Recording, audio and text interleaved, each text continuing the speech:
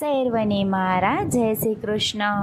આપ સર્વેનું મારી યુટ્યુબ ચેનલમાં હાર્દિક સ્વાગત છે। આજે આપણે પુરાણોથી 18 પુરાણોમાં સૌથી નાનામાં નાનું જો કોઈ પુરાણ હોય તો તે માર્કંડ પુરાણનો મહિમા સાંભળીશું। તો વિડીયોને અંત સુધી જરૂરથી જોજો। અને જો ચેનલમાં નવા હોય અને ચેનલને સબસ્ક્રાઈબ ના કરી હોય તો જરૂરથી કરજો। આપણે ત્યાં જ્યારે પણ પુરાણોનું સર્જન થયું છે ત્યારે તે સંવાદના રૂપમાં થયું છે। સંવાદ કરવાથી જ તત્વજ્ઞાન થાય છે અને જ્ઞાનથી જ મનુષ્યને મુક્તિ મળે છે। માટે ગીતામાં પણ વર્ણવ્યું છે કે જ્ઞાન સમાન કોઈ પવિત્ર વસ્તુ નથી। આપણે ત્યાં 18 પુરાણોમાં સૌથી નાનામાં નાનું જો કોઈ પુરાણ હોય તો તે માર્કંડ પુરાણ છે, જેના 9000 શ્લોકો છે। આપણે ત્યાં 7 ચિરંજીવીઓ તો છે, પણ 8મા ચિરંજીવી એ માર્કંડેય મુનિ છે। માર્કંડેય પુરાણના આરંભમાં જૈમિની ઋષિ અને માર્કંડેય મુનિનો સંવાદ વર્ણવાયો છે, જેમાં જૈમિની ઋષિએ માર્કંડેય મુનિને મહાભારત સંબંધિત પ્રશ્નો કર્યો છે। પ્રશ્ન કરતા જૈમિની ઋષિએ કહ્યું કે ભગવાન વેદવ્યાસજીએ જે મહાભારતની રચના કરી એના ગુંઠારા સમજવા બહુ અસંભવ છે, એના માટે હું સમર્થ નથી। મારા મનમાં એક પ્રશ્ન છે કે આ પાંડવ પુત્ર જેનો અશ્વત્થામાએ વધ કર્યો એ પાંડવ પુત્ર પૂર્વજન્મમાં કોણ હતા? તે સમયે માર્કંડેય મુનિએ જૈમિની ઋષિને કહ્યું કે અત્યારે મારો સમય સંધ્યાવંદનનો છે, માટે હું તને આ પ્રશ્નનો ઉત્તર નહીં આપી શકું। આ પ્રશ્નનો ઉત્તર આપવા માટે હું અસમર્થ છું। વિંધ્યગીરી પર્વત ઉપર ધર્માંતર પક્ષીઓ બિરાજમાન છે, તેમની યોનિ તિર્યક યોનિ છે। તિર્યક યોનિમાં જન્મેલા હોવા છતાં પણ તેઓ આત્મજ્ઞાની છે। તમારા પ્રશ્નનો ઉત્તર એ જ આપી શકશે। આ પક્ષીઓ ભૂતલ ઉપર આવ્યા એનું એક જ કારણ હતું કે વપુ નામની અપ્સરાએ દુર્વાસા ઋષિએ શ્રાપ આપ્યો। એ અપ્સરા પક્ષી યોનિમાં લઈ અને એને ત્યાં જે આ ધર્માંતર પક્ષીઓ ગયા છે, આત્મજ્ઞાન થયા છે।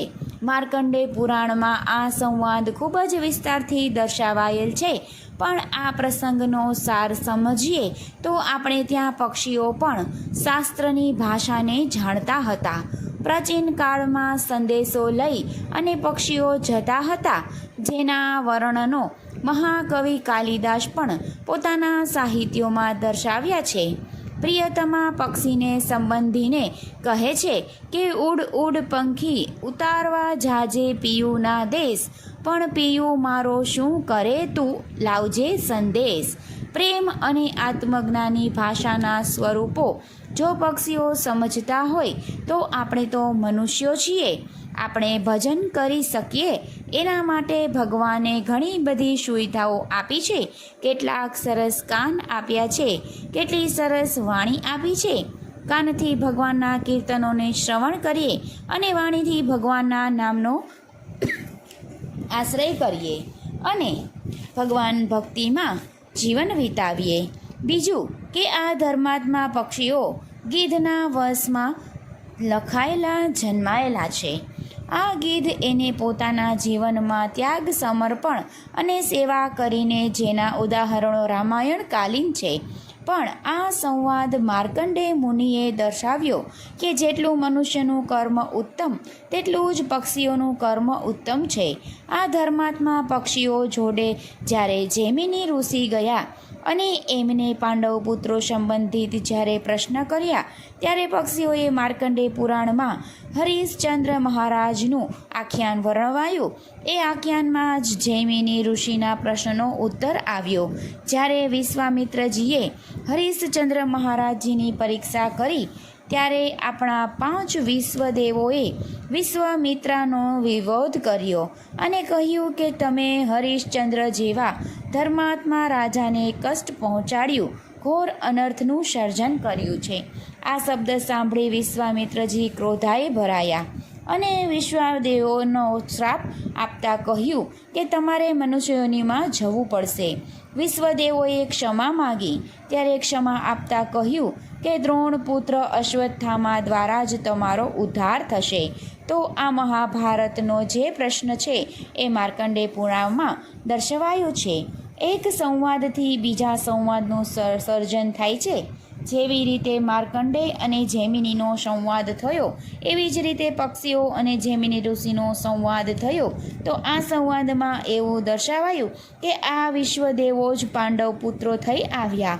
વાસ્તવમાં મહાભારતના જે પાત્રો છે એ દેવ, ઋષિ, મનુષ્ય અને દાનવોના અંશ છે. આ બધા જ ગૂંથાળાને સમજવા માટે મહાભારત, માર્કંડેય પુરાણ ઇત્યાદિ પુરાણોનો અભ્યાસ કરવો જોઈએ. વડીલો તો કરે જ છે, પણ આ ચિંતનના માધ્યમથી આપણે યુવા પેઢીને પણ આપણા શાસ્ત્ર વિશે માહિતી મળે તે માટે આ મહાત્મય સાંભળાવવામાં આવ્યો છે. શાસ્ત્રની દ્રષ્ટિએ પ્રભુને પામવાનો પ્રયત્ન કરીએ અને માર્કંડેય પુરાણનું મહત્ત્વ સાંભળીએ. તો સર્વને મારા જય શ્રી કૃષ્ણ.